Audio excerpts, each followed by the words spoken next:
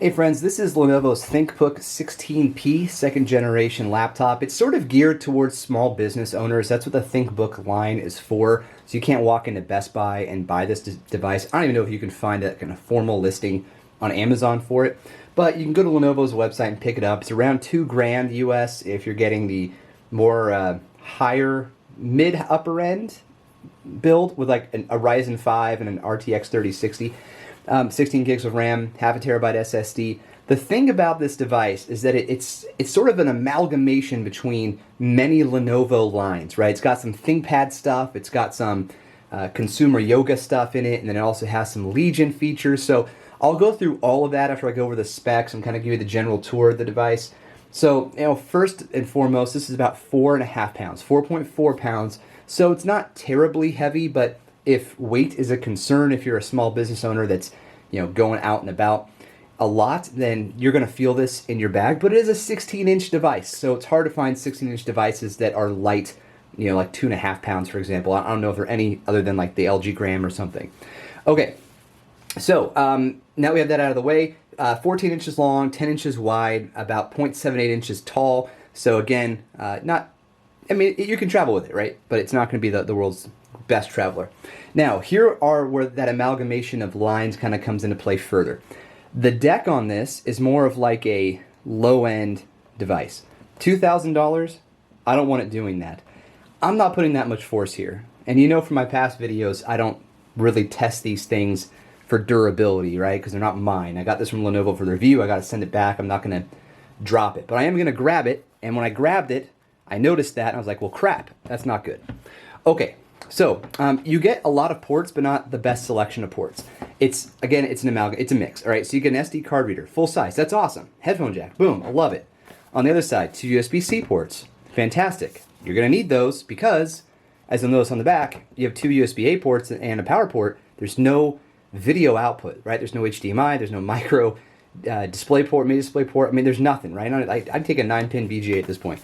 Nothing. So you're going to have to slap a dongle on there. And as a small business owner, I can tell you, again, target consumer, small business owner, you don't want to have too many expenses, right? You spend $2K on a laptop, then you got to go buy a $30 dongle so that you can go from USB-C to HDMI so that you can then plug into a projector or something. Sucks, right? All right. Let's dive in further. So, AMD Ryzen 5 powered machine. You get a backlit keyboard that is freaking great. Feels really good to type on this thing. The trackpad it's serviceable. It's pretty good. It doesn't feel great. I don't know if that makes sense, but just rubbing my finger on it, using it for an extended period of time.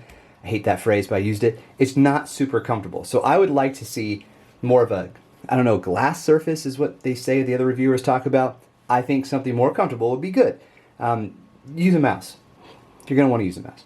Now, the display brightness is fantastic. As you can hopefully tell from this quick video here, the display is off the charts. It's just really vibrant. It's a high-resolution display at 2560 by 1600 resolution. Again, 16 inches. It's 60 hertz, not anything fancier than that.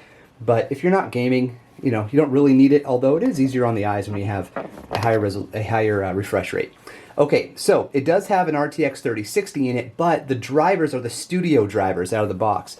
Now, I've tried to remove those drivers and install the regular GeForce Experience drivers. It's totally possible, but for whatever reason, I'm having trouble getting that done. So ignore that for now. If you buy this, you can game on it. I'm not sure it's going to compete with the Legion, but technically you can play some video games on it. If you're traveling for work, you get done with your PowerPoints, your meetings, then you go back to the hotel room, you fire up some Doom, you're in good shape. All right, so it's actually a good computer to use, right? The battery life it's fine. I got about 6 hours when I was testing it at minimal brightness. I didn't have it quite this bright. Where the heck, there it is. I was running it at about a little more than half because I found half to be too dim just to get anything really done. I watched some YouTube videos on there and did some office work on it, and then quickly wrapped it all back up because I wanted to do some other testing, which you'll see in the future. I got some more videos coming out. It does have a webcam. It's not the best webcam, but it's there. And you have to call that out now because some manufacturers are removing webcams, not from business machines, but for other consumer devices. So that's a bit of a shame, but not our problem today. I did not update this to Windows 11. I want to, but it's not mine, so you're getting the Windows 10 review. Yeah, it's fine, right? It's Windows. Windows is Windows. So, okay, so that's sort of the deal here. This is a good machine. You can equip it with a Ryzen 5. This one has a Ryzen 7. You can get 8 gigs of RAM up to 32. This one has 16, 8 soldered on, 8 available through an additional slot. I do believe any configuration will have 8 soldered on, so just be aware of that. And yeah, thanks to Lenovo for sending it over. If you have some specific questions, about performance, like for example, opening Word on battery life at better battery life is pretty fast. I like to call this out because some devices are actually not that fast. I got a comment from someone the other day saying, that's a stupid thing to do because my 10-year-old Sony Vaio can open things in 3 seconds. Good for you, dude.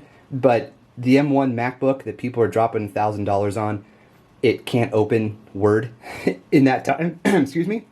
So, yeah, this is how I do things, man. All right? He's probably not watching this. All right, so anyhow, if you have questions, let me know. Otherwise, thanks for watching. Cheers.